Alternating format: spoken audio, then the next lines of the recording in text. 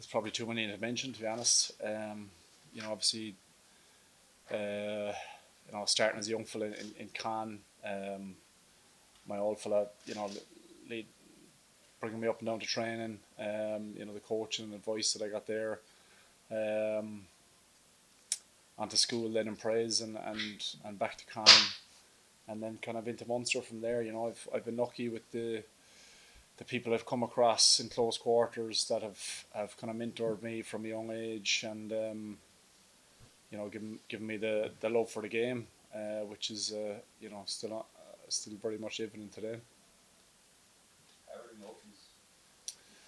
Yeah, look, trying to keep them at bay at the moment. Most important thing is Saturday for me. It's obviously a special occasion for me and my family, but it's the most important thing is the match and the performance on Saturday. So that's absolutely the focus at the moment. Peter, congratulations. Is there a part of you that maybe thinking back to post 2015 World Cup is a little bit surprised you got your caps? I'm still kind of surprised, no matter what year it would have been. As I think Pete said, there's 10 people of all the people who have made a cap for Ireland have got 100 of them, and it's almost a little bit embarrassing with the names that are ahead of me, to be honest. People I grew up following and supporting, hugely inspirational characters, and to be the 10th, I don't know, it's going to take some time to settle in. Certainly nothing I ever expected or dreamed of. We all talk about having dreams, but that one was way off the radar, to be honest. Is there also part of you that doesn't want too much fuss made of it? Oh, I would love to be inside there now, having a cup of tea with the lads. This would be the last place I'd sit in front of, to be honest. But look, obviously, I've got some texts already. I'm hugely grateful for for everyone's best wishes and that. But I want to win for the lads at the weekend. That's the main thing. You're welcome. Shane and Marie. Peter, have you done anything differently as you've got older? Is there any major change you've made to how you prep or how you train or anything you can tell us? Yeah, look, I've spoken to a few, I suppose, guys who have either finished or at the elder stages of their careers, and you can't do as much as the young guys do these days. Some of the extras you'd see guys doing afterwards and pre training. I just can't physically do them, and so I need to use the sessions as diligently as I can to get as much fitness, ball play, whatever I need to do. I need to get that in session really, because obviously I'm pushing on a bit, so it's changing those little few dynamics, stuff in the gym that I need to change. That a few years ago I would have been flying, but you just need to manage the body a bit more, and the main thing for me is the Saturday. It's about getting yourself prepared and ready for test matches on the weekend.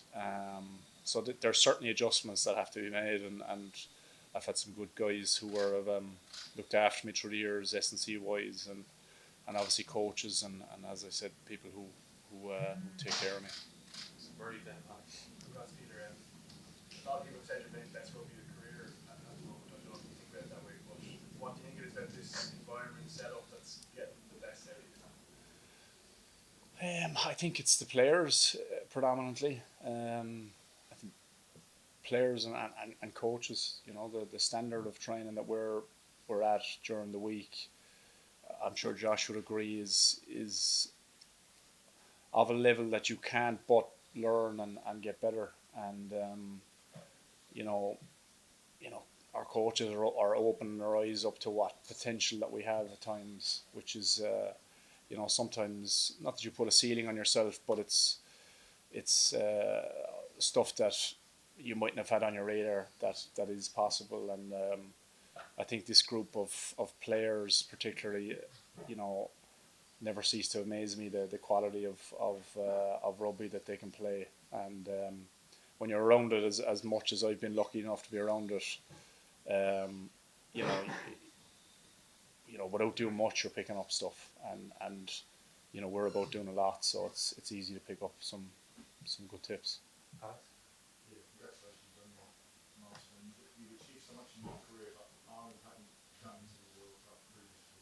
I just wonder how much of an opportunity you view this campaign as. Yeah, look, it's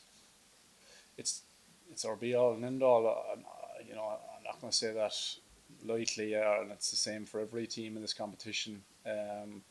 Every team that makes this competition is in this country to win it, and we're no different. And certainly, I've spoken about it already. People talking about us, not being able to get past certain hurdles. This is the biggest hurdle of our tournament so far, and that's the way we're considering. It's been an incredible build up and lead in, and we've had some good performances, but we're considering Scotland as the team they are, an incredible threat to our campaign and our journey, which we want to kick on. No danger of looking beyond this game. There's never a danger of that. Yeah. Hi Peter, congratulations. Just to follow up on the earlier question, does it take time to kind of accept that you can't do what the other lads are doing because maybe the natural instinct is to try and match them or do more to get in ahead of them? I suppose initially there is a bit of it, but you know yourself, it's not about obviously training is hugely important, and our standards are through the roof, but it's about if I can be physically able to play the weekend and be in the best possible nick, then I'm normally in a good place. Whereas if I'm going chasing stuff down that a lot of times you have tendencies in bigger weeks to do more because it's a big week and we've got to get through more, and it's something we've learned over time, particularly with this group. Probably less is more at times, to keep the juice in the legs, and I suppose that's an analogy that I've used a little bit more as I got a bit older. Word? Have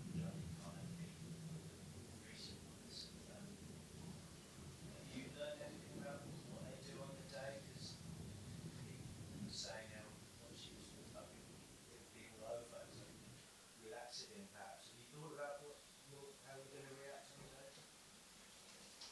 I'm just trying to prepare as it is another test match for me,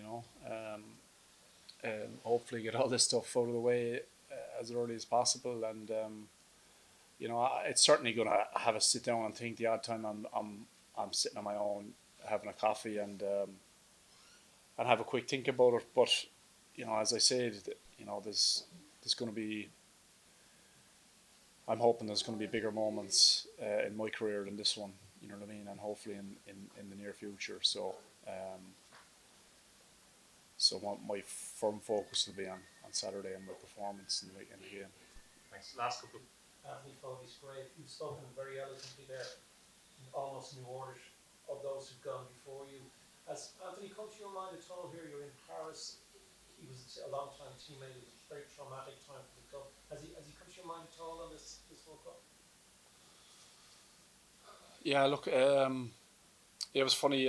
Myself and Johnny had a conversation about it. I think it was on the way to the South African game actually, about sometimes it is weird to be in Paris and think about Axel and what happened.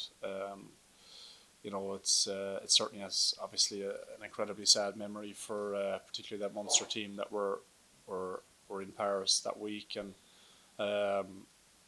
Johnny spoke about some. I'm not going to go into it now, but he made a couple of lovely gestures to the family afterwards. But it's Axel's always somebody that certainly is in my head, on a very regular basis, and as you said, when you come to Paris, it's certainly he'd certainly come to mind of the fondest memories that we had together, and the amount of inspiration that he gave to not just me, but to lots of young kids in Munster and Ireland. As I said, very fond memories.